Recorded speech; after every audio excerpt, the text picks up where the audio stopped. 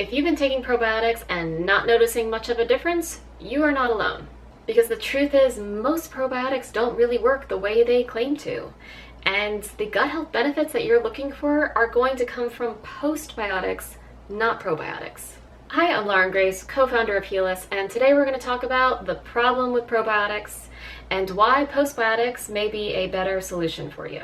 Now, your gut microbiome is made up of trillions of bacteria that influence everything from your digestion to your brain health to the way your immune system functions. And probiotics are essentially a few strains of that live bacteria that's in your microbiome.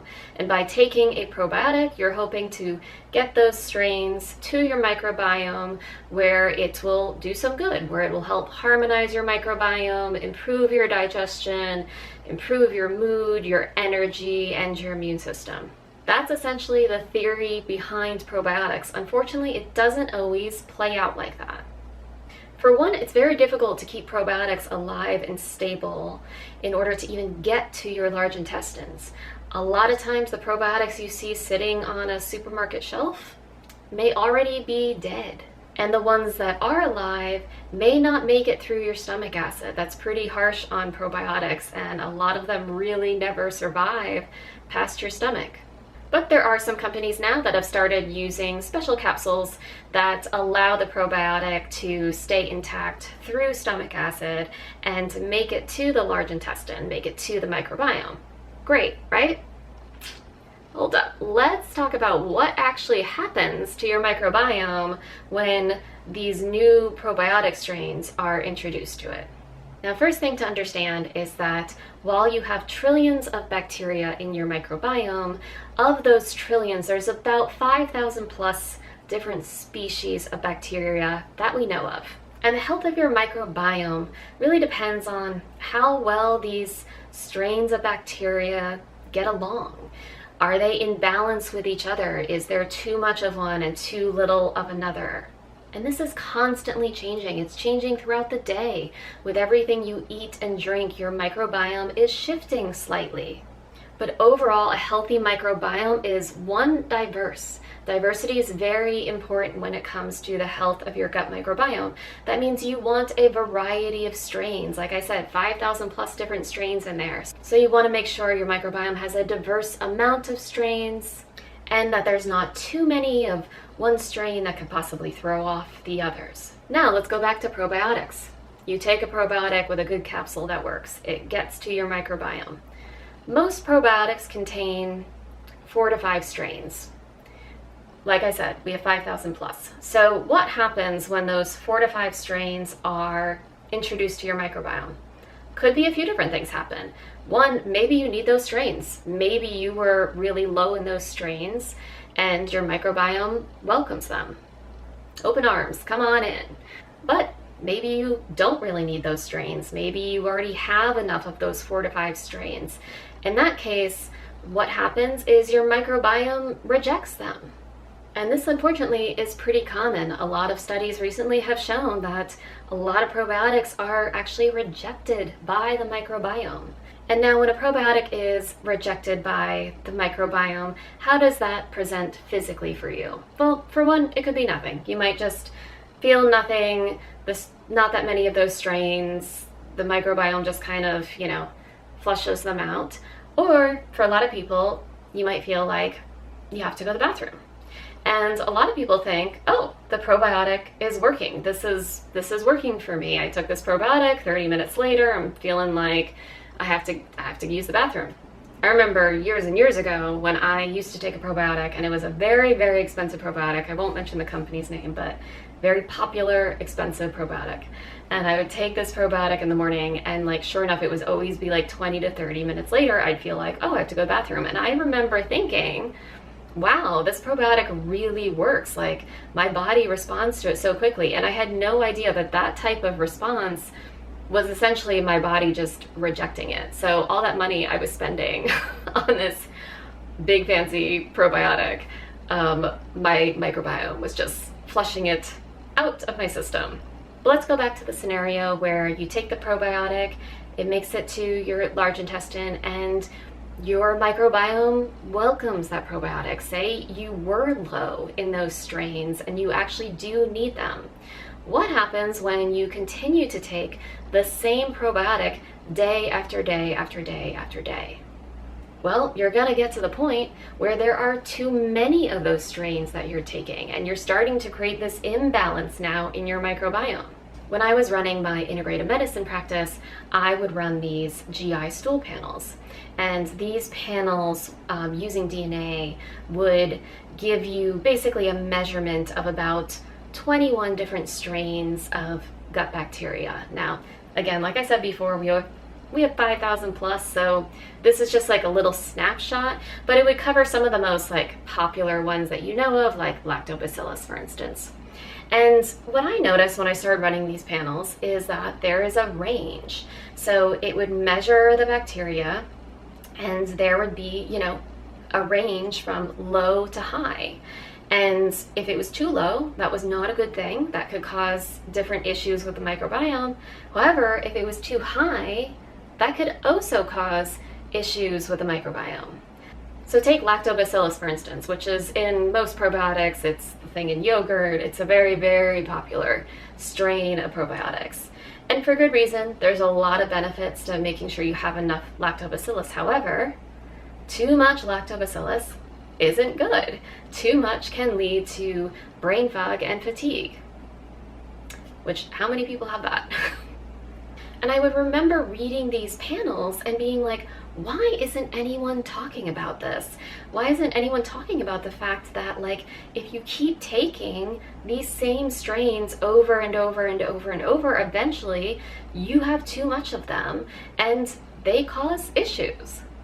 This used to really frustrate me as a practitioner because I just, in good conscience, couldn't recommend probiotics because I could see that it was just a giant guessing game.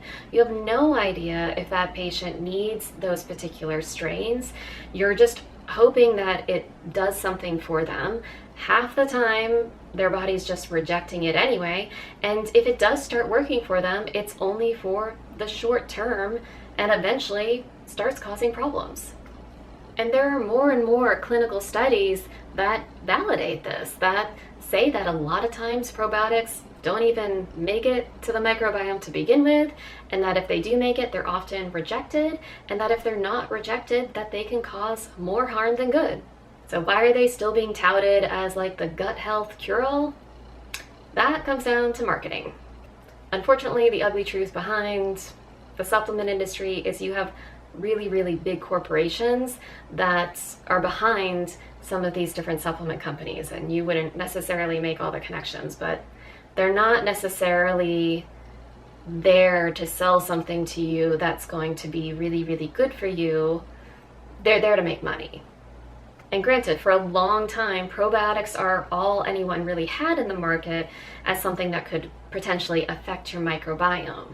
But that is not true anymore because now we have something called postbiotics, which are the real game changer when it comes to your gut microbiome. Now, if you have never heard of postbiotics, you're not alone. They are relatively new to the marketplace. I was lucky in my practice to be introduced to them a long time ago before they were available to the general public. In fact, in our practice, we were getting postbiotics made for us from Europe, specifically for our patients, because you could not buy them anywhere. Now, postbiotics are essentially compounds that are produced by the bacteria in your gut. They're like the end result of a probiotic, hence the name postbiotic. So certain strains of your gut bacteria produce postbiotics. Now, postbiotics in turn do a lot for your gut health, which we're going to dive into, but they also go well beyond the gut. They have a huge impact on your brain health, your liver health, your immune system, even your cardiovascular system. And within your gut, your postbiotics are, one, in charge of lowering inflammation. So they are the main thing that's going to lower inflammation in your large intestine. Two, they help to strengthen and repair the gut lining for leaky gut. Postbiotics actually help to feed and fuel the cells that make up the gut lining. They're the main thing that help to strengthen and repair them. So when it comes to leaky gut, postbiotics are essential for treating and preventing it. Postbiotics help to regulate peristalsis, essentially how fast or how slow food moves through your colon. So if you are prone to constipation, postbiotics help to speed that up. If you are prone to diarrhea, postbiotics help to slow that down. Postbiotics also go after any sort of rogue or damaged cell in the colon that could potentially turn into tumors. And lastly, postbiotics actually help to diversify and harmonize the gut microbiome. And the real kicker to all of this is that the majority of benefits attributed to probiotics are because certain probiotics make postbiotics. It's the postbiotic that's actually producing all the benefits. So when choosing between a probiotic and a postbiotic, let's, weigh the pros and cons. With the probiotic, you have no idea if it's even going to make it to your intestines to begin with.